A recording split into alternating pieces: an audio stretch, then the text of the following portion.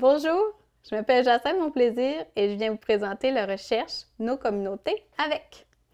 Parce qu'au-delà d'être assis un à côté de l'autre, la gouvernance partagée, ça peut être un réel casse-tête dans l'application.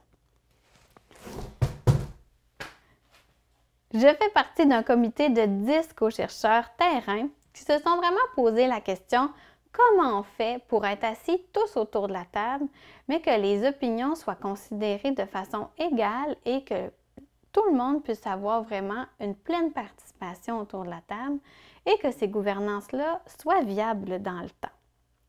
En fait, le contexte dans lequel s'est déroulée notre recherche, c'est vraiment dans les concertations Alliance pour la solidarité et l'inclusion sociale, des concertations qui ont déployé à travers le Québec, où en 2019, un ajout du gouvernement a demandé l'implication des personnes premières concernées, donc des personnes qui vivaient la situation de pauvreté, dans tous les mécanismes de mise en œuvre de la concertation.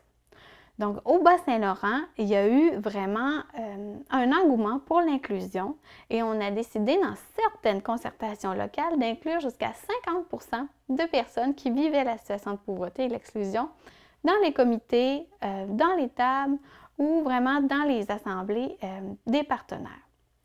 Comme praticien, on savait bien que les dynamiques rencontrées allaient être parfois difficiles à identifier ou difficiles à aborder tous ensemble parce qu'on n'est pas habitué de travailler avec les personnes en situation de pauvreté. C'est souvent les municipalités qui travaillent avec les organismes communautaires, avec le réseau de la santé, qui sont habitués, ils ont leur façon de faire.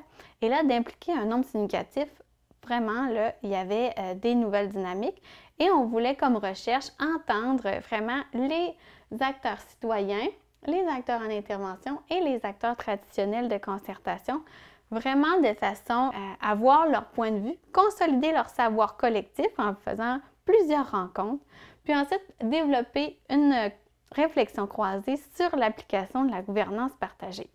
Comment ça se passe dans le milieu? Donc, on a eu le plaisir de faire des petites icônes sur différentes étapes clés du chemin de l'implantation de la gouvernance, dont, par exemple, ici, quand il y a une seule personne citoyenne autour de la table, comment ça se passe?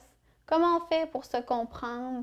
Quand il y a eu la remise en question de la gouvernance partagée, et puis on a entendu les voix des 3 types d'acteurs pour nous permettre vraiment d'approfondir ces enjeux-là, mais aussi de suggérer des conditions gagnantes à mettre en place. Parce que dans les défis qui nous attendent, comme la hausse des inégalités sociales de santé, comme aussi les changements climatiques, on va avoir besoin de l'avis aussi et des savoirs des personnes premières concernées, des personnes les plus gravement touchées par les conséquences de ces défis-là.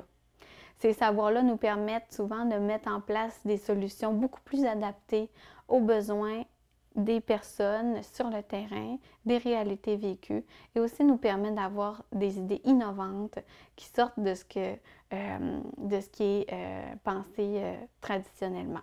Donc, je vous invite vraiment à développer la gouvernance partagée dans vos milieux, mais à vous préparer d'avance en mettant les conditions gagnantes pour y arriver. Merci. Bonne journée.